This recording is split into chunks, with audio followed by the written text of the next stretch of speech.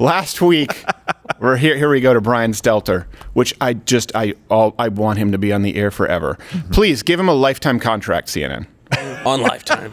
And if not, we will give him a lifetime contract. We'll pay show. CNN, just to host his show. There you go. We'll pay for the show. Idea. It's free airtime, and I'll pay for it. We'll start a GoFundMe if we have to. Yes. Crowdfund this. Keep Stelter on the Stelter's air. like, go fund me. Fund, Go F-U-N-D. fund me. Well, I guess. I think he's still looking at that previous the little video we just watched. I can just wire transfer it to the me, and it's he's just, like, do I get to watch this every day? Oh. Yes. And by I wanna go every back to day, I school. mean me in the mirror. Oh my gosh. Yeah. really I'm sorry, I didn't mean to start it this way, but we live in a horrible culture. So last week, the University of Chicago and the Atlantic, they hosted a, quote, disinformation and erosion of democracy conference. It's ironic that they hosted it. Boy, this is where I just It's on the nose. This is just really That's where really I wish on the I could. nose. I just did cocaine. It'd be easier to process Would. this.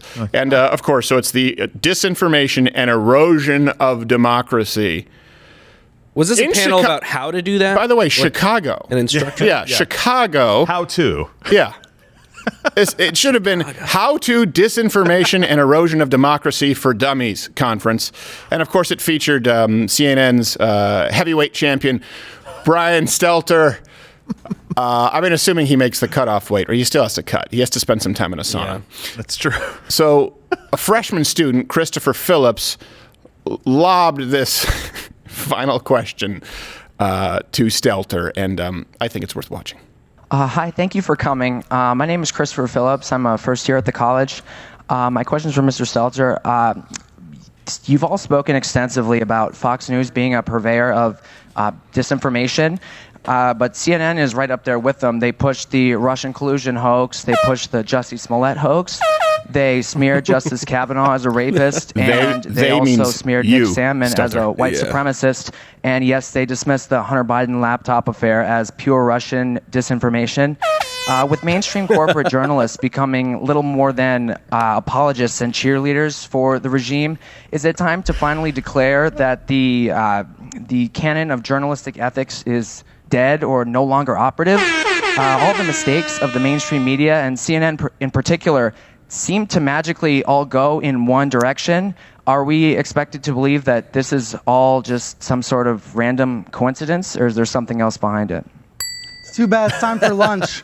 Of course it is. You have 30 seconds. No, I mean, Second there's a lunch. clock that says 30 seconds. But I think my honest answer to you, and I'll come over and talk in more detail after this. No, he doesn't. Is that When the cameras aren't I looking think at you're me. describing a different channel than the one that I watch. But I understand that Yeah, is a Out popular TV. right-wing narrative about CNN. I think it's important when we talk about shared reality and democracy. All these networks, all these news outlets have to defend democracy. And when they screw up, admit it. But Admit it, when huh? Benjamin Hall, the Fox correspondent, was wounded in Ukraine. Oh, you pivoted. The news Thanks. crews at CNN and the New York Times stopped what they were doing, and they tried to help. They tried to help Okay. him get out of the country. They tried to find the dead crew members. That's what As news outlets normal do. people would do. That's how they actually do work together. To your question about sharing those kinds of connections. Points to and someone else. trust. They're like, I didn't ask We a don't talk question. about it Yeah, enough, what are you though. talking about? We don't You, share you're that my buddy. reality about how that happens. It's just and a with maid. regards to the regime, I think you mean the President Biden. The last President time I Biden? spoke with a Biden aide, we yelled at each other. So that's the reality of the news business. The people don't come on. see, the people don't hear. That was just dirty They talk. imagine that it's a situation that simply is not. They were listening but to I think Screamo. your question, it speaks to the failure of journalism to show our work and show the reality of how our profession operates. We have a lot of work to do, I think.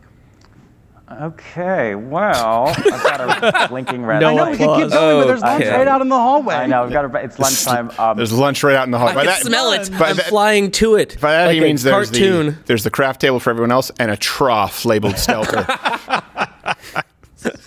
One of those giant full-body Yeah, bibs. exactly. Don't go baking my heart. Don't get close to him. He gets aggressive when you get close to his food. Oh gosh! Look, unbelievable. he ignores all of the claims. This Yeah. this is actually a perfect example of, I hate to use the term mainstream media, legacy media, is they have a platform. They have a platform on television, and it's one way. You know what I mean? It's a one-way platform where there's no interaction, where they can just go on there and they can spout their information, and they get to ignore all of the actual claims, all of the actual criticisms, and they just act as though they don't exist. For example, we saw this at CNN with Cuomo and his brother. Only when there were actual legal ramifications did anything happen. And it's the same thing with Stelter right here. You're just seeing it happen in real time. He's so ill-equipped to deal with not even really accusations, just factual claims about inaccuracies in the media. What does he do? He ignores it. He points to the chambermaid saying, your question? Okay, your question? And then he uses the appeal to emotion fallacy, right? He's saying, well, journalists, they're still good because they don't let fellow American from Fox, they didn't let him bleed out one time. Oh, okay. Yeah. Okay, that's good. Yeah, Cool. good. I'm Well, glad. why don't you answer the question like So we you're a asked? human being. Right. Thank you That very much. one. Oh, and then you actually went the opposite direction. And oh, by the way, I yelled at someone too. It's like, see, okay, we help and then we yell, so we can't be bad. Yeah. Like, well, that didn't answer any of the questions. And right away, he's scanning the room. Yeah. He's scanning the room for allies. Yeah, it's exactly. It's like Tom Hanks in Punchline. He's like, someone help me! Help! He's like, bzz, allies, And allies, even his ally on the allies. right is like, okay, Brian, even you for can me, answer. that Yeah. was pretty bad. think we Lunch? should all He's do like, better. Lunch? flop. Brian, do you want to fix that? No, there's lunch. There's lunch. It's right out the hallway. I can smell it. It's second lunch. He just, when they're calling him for lunch, it's just the Taco Bell gong, just Yeah. dong. By the way, Potato. I have a bit of an update for you. The guy who asked that question actually tweeted out, I just saw it before the show, and he said, I mean, it's been out for a little while, but I just saw it. He said that Brian did talk to him afterwards, but failed to answer any of his questions Of course. still. Yeah, he just asked for his phone number. Now, you see him scanning the room for allies. Yeah. And by the way, this is also why we've been in legal battles to one degree or another with CNN, that's Turner Broadcasting, ABC Disney, NBC Universal. I don't know if it's CBS, Fox, because what happens is once they get into the kinds of platforms, we're like you guys do, there's two-way communication to some degree, they can't compete. And so then YouTube changes their algorithms to favor legacy media because they spend more money on advertising. They can't compete on the playing field, not only of ideas, but of quality of content. And so that's why they want more government control, regulation over YouTube, Twitter, Facebook, Spotify, because they want to have an unfair playing field, just like big banks with never-ending bailouts. So anytime you look at the behemoths, you look at the Goliaths, you look at the mojos like Stelter, you do see people who you have to take into account that they're not looking out for your best interest. So he's scanning the room. Anyone going to help me? Who's going to help me? Let's contrast that with, Stelter, the who's going to be my friend body posture in this clip. Time to listen up, you silly liberal fruitcakes.